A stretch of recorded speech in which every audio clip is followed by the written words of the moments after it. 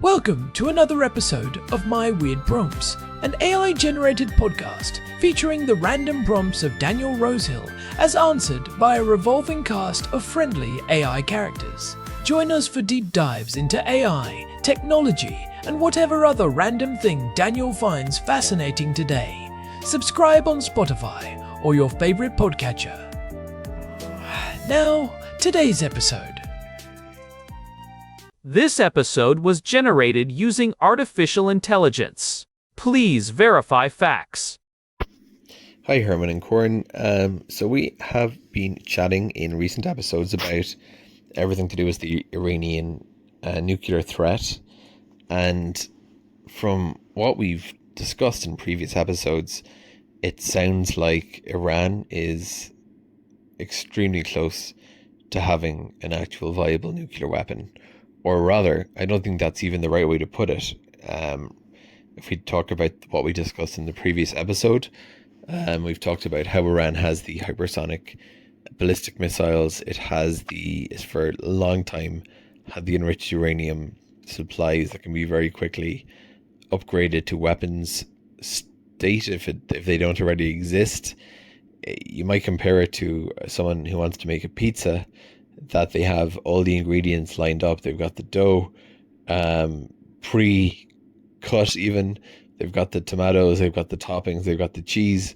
They just need to literally assemble those ingredients, pop it in the oven for a few minutes, and out comes the pizza. So with Iran, that's the impression that I got from those podcasts and from what I've been reading. And we mentioned the work of David McCloskey, the former CIA analyst, and his comments about Iranian incrementalism, that they, by testing the waters 2% at a time, they've managed to move our red lines to the point of maybe their absolute breaking point. My question, Herman and Corin, is, and this is a scary one, but we have to talk about it to understand what kind of a threat is looming. Worst case scenario, that Iran manages to assemble a nuclear weapon, and it uses a nuclear weapon against a state like the US or Israel, and it strikes a major population center. What are we talking about? In terms of the worst case scenario of all, that we have a nuclear strike, and maybe even multiple ones, but just for the purpose of keeping this simulation simple, let's just assume it's one strike, and let's do a projection for what a worst case scenario might credibly look like in terms of evading the air defenses of Israel or those of the US. In terms of the immediate impacts, in terms of long-term effects, what would we be looking at? I know that this is a distressing episode. I want to say that it's no less distressing, the thought of discussing this for me than it is for anyone else. And I would encourage anyone who might find this topic distressing, and isn't sure if they're ready to listen to it, or feels that listening to it might increase their anxiety, to not listen to it, to take a breather and maybe return to this episode at a future point in time. It's going to be there, we hope. I hope, Herman and Corin, you'll be kind enough to paint a realistic picture, albeit one that doesn't. We can't really put lipstick on a pig, unfortunately. So Herman and Corin, with all that in mind, give us what military planners and everyone might be looking at in terms of this worst case scenario. And as civilians, are there any things one can do? I mean, we've talked about when we look about nuclear fallout, iodine tablets. Are there any things you might recommend, or should we just wait for anything from the government before doing any kind of prepping in that direction? Herman and Corin, over to you. Hey everyone, welcome back to My Weird Prompts. I am Corn, And I am joined as always by my brother, the man who has probably memorized the structural blueprints of every bunker in the Middle East and can tell you the exact curing time of high-density reinforced concrete. Herman Poppleberry here. And while I do appreciate a good reinforced concrete wall with a high PSI rating, I think today we are going into a territory that requires a bit more than just a sturdy basement and a few cans of peaches. We are talking about the kind of events that redefine the word catastrophe. Yeah, no kidding. Today's prompt comes from Daniel, and it is a heavy one. He wants us to look at the absolute worst-case scenario regarding the Iranian nuclear threat. Specifically, what happens if the Islamic Republic actually crosses that final threshold and uses a weapon against a major population center in Israel or the United States? He also wants to know what we, as civilians, can actually do about it besides just staring at the horizon. It is a sobering topic, Korn. We have touched on the technical side of the Iranian program in past episodes, but Daniel is asking us to look past the policy papers, the enrichment percentages, and the IAEA inspections. He wants us to look right into the heart of the disaster itself. The pizza analogy he used in his message is actually quite apt, though it is a very grim pizza we are talking about. Right. The idea that they have all the ingredients ready, the highly enriched uranium, the delivery systems like the Shahab-3 or the Fatah-1 missiles, and the complex detonator designs. They just need to put it in the oven. And given that we are sitting here recording this in Jerusalem on February 21st, 2026, this is not just an academic exercise for us. It is something that feels very close to home. Exactly. And to set the stage, we have to understand where we are right now in early 2026. The international community has been watching these enrichment levels at Fordow and the Natanz creep up for years. We are well past the point of wondering if they can do it. The consensus among most intelligence agencies now is that the breakout time, the time needed to produce enough weapons-grade material for a single device, is measured in days or weeks, not months or years. The pizza is basically in the preheat phase.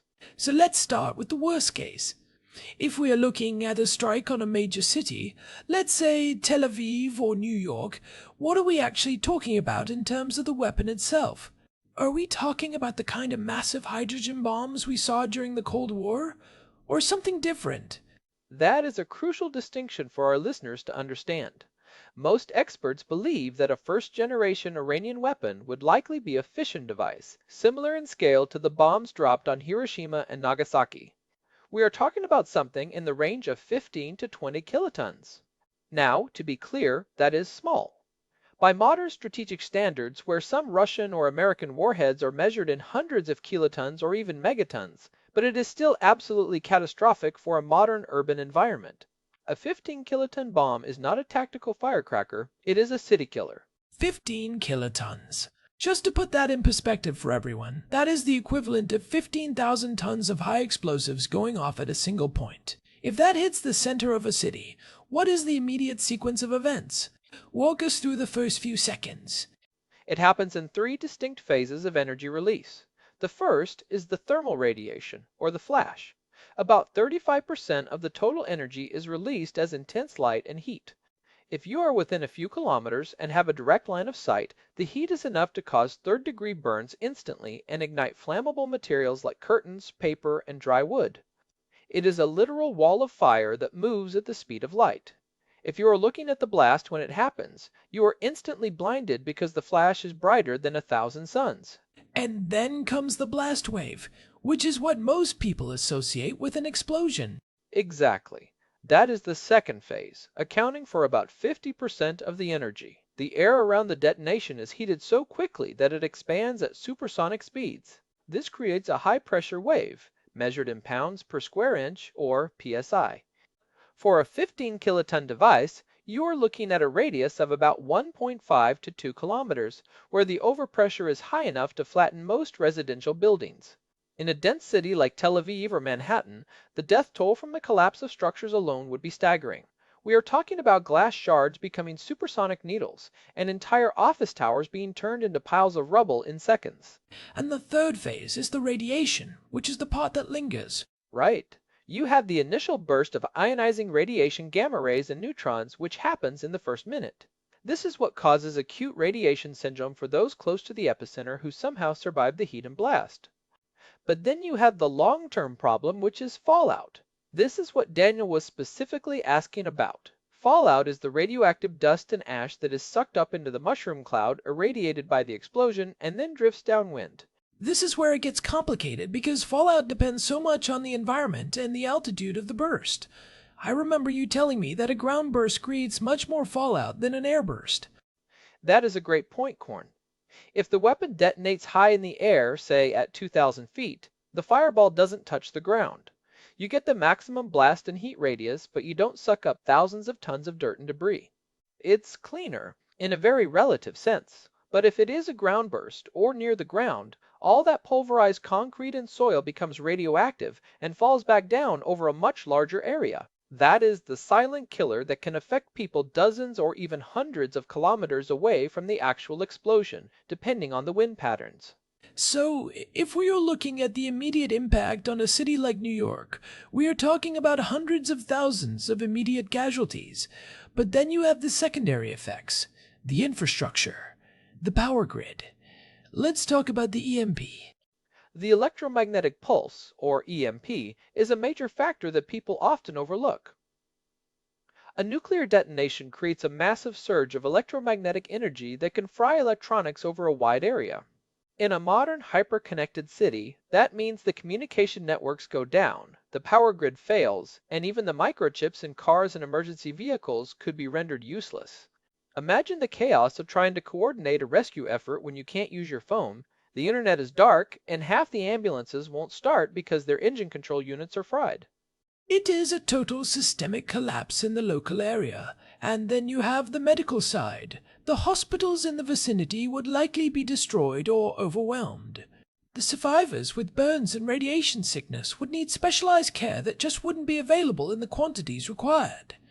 It is what emergency planners call a black swan event, but one that we have been predicting for decades. The scale of the trauma, both physical and psychological, is hard to overstate, and then you have the long-term effects. The economic impact of losing a global hub like New York or a regional hub like Tel Aviv would trigger a global depression almost overnight. The supply chains would shatter. The shipping routes through the Suez Canal or the Persian Gulf would be thrown into chaos as insurance rates for vessels skyrocket or the areas become war zones. And we haven't even talked about the geopolitical response yet. If Iran were to use a nuclear weapon, the taboo that has held since 1945 would be broken.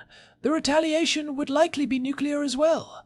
We are talking about the potential for a full-scale regional or even global nuclear exchange. That is the ultimate worst case, a cascade of strikes.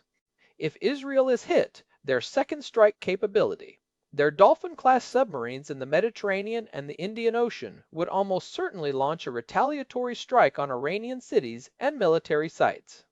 This is often referred to as the Samson option. At that point, you are looking at tens of millions of deaths across the Middle East. The environmental impact alone, the soot and smoke blocking out the sun, could lead to what scientists call a nuclear autumn or a mini-nuclear winter, affecting global crop yields for years.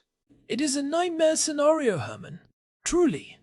But let's bring it down to the level of the individual, which is what Daniel was asking about. In the face of something this massive, people often feel helpless. Daniel mentioned iodine tablets. Let's talk about those. Are they the magic shield people think they are? This is a really important point to clarify because there is a lot of misinformation out there and people are panic buying these things on the internet. Potassium iodide, or Ki, is not an anti-radiation pill. It does not protect your body from gamma rays, it doesn't protect you from the blast, and it doesn't stop you from getting radiation sickness if you are exposed to a high dose. Its only job is to protect one specific organ, your thyroid gland, from one specific isotope, radioactive iodine, 131. Right. Because the thyroid is like a sponge for iodine. If you breathe in or ingest radioactive iodine from fallout, your thyroid will soak it up, and that can lead to thyroid cancer years later. Exactly. By taking a potassium iodide tablet, you are essentially preloading your thyroid with stable, non-radioactive iodine. You fill up the sponge so it can't absorb the radioactive stuff. But here is the catch. You should only take it if there is a clear risk of internal contamination from fallout, and usually only under the direction of public health officials. Taking it too early or when it isn't needed can actually have side effects, especially for older adults or people with pre-existing thyroid conditions. It's a tool, not a cure-all. And it doesn't do anything for the other radioactive isotopes, like cesium-137 or strontium-90, which affect your bones and muscles. Not a thing. So, while having iodine tablets in a first aid kit isn't a bad idea, especially for children and young adults who are more susceptible to thyroid issues, it is a very small piece of the puzzle. It is not a substitute for the most important thing you can do, which is the FEMA mantra: get inside, and stay tuned. Get inside, stay tuned. Let's break that down for the listeners. Why is getting inside so critical? It is all about shielding corn. The more mass you have between you and the fallout, the better. If you are in a house, the center of the house on the ground floor is better than being near a window.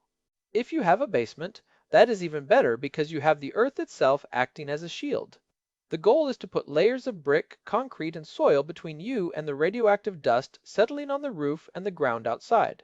I've seen those charts where they show that even a few inches of lead or a few feet of earth can reduce your radiation dose by 99%. Precisely. Radiation follows the inverse square law, but it also gets blocked by density. We talk about halving thickness, the amount of material needed to cut the radiation in half.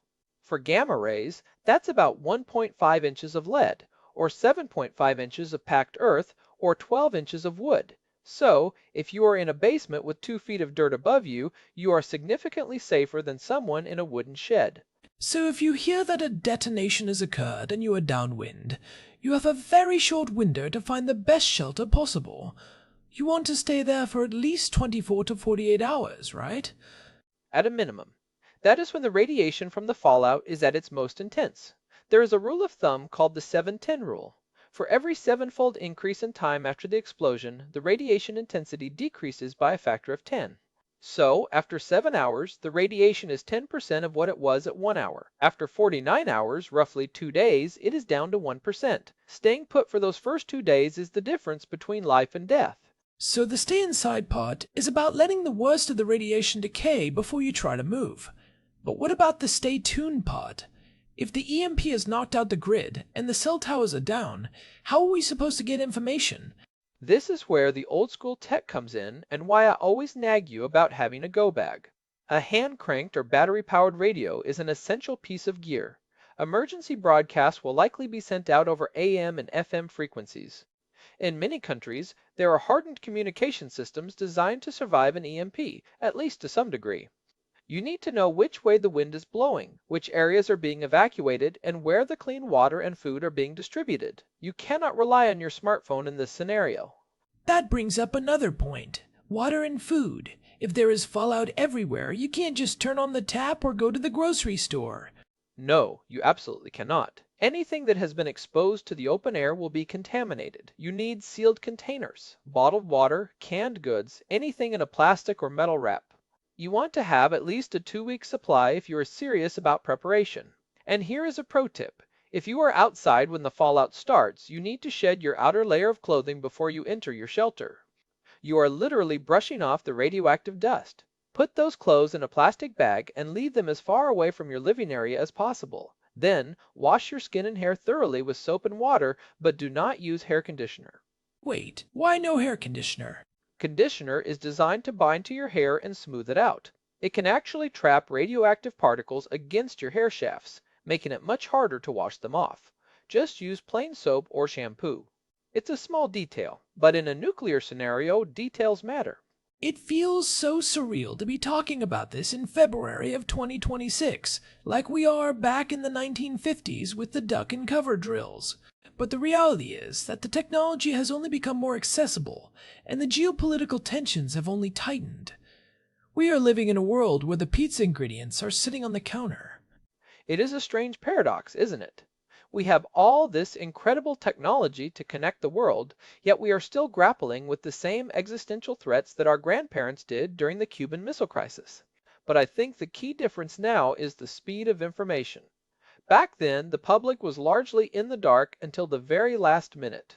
Today, we can track enrichment levels and missile tests in real time. We have a better understanding of the risks, but that also brings a higher level of anxiety. Which is why Daniel's question about whether to wait for government guidance is so relevant. In a crisis of this magnitude, can we actually rely on the government to give us timely advice? That is a tough one to answer without sounding cynical. In the immediate aftermath of a strike, the government will be in absolute crisis mode. Communication channels will be jammed. There will be a lot of conflicting information. My advice would be to have a plan in place before anything happens. Know where your nearest shelter is. Have your emergency kit ready. Understand the basics of fallout protection. If you wait for the government to tell you what to do in the middle of a nuclear emergency, you might be waiting too long. You need to be your own first responder for those first 72 hours. So, proactive preparation is the key. Not in a panicked way, but in a matter-of-fact way. It is like having a fire extinguisher in your kitchen. You hope you never have to use it, but you are glad it is there if a grease fire starts. Exactly. And let's talk about the psychological aspect of this. The fear of nuclear war is a very real thing, and it can be paralyzing, but knowledge is an antidote to fear.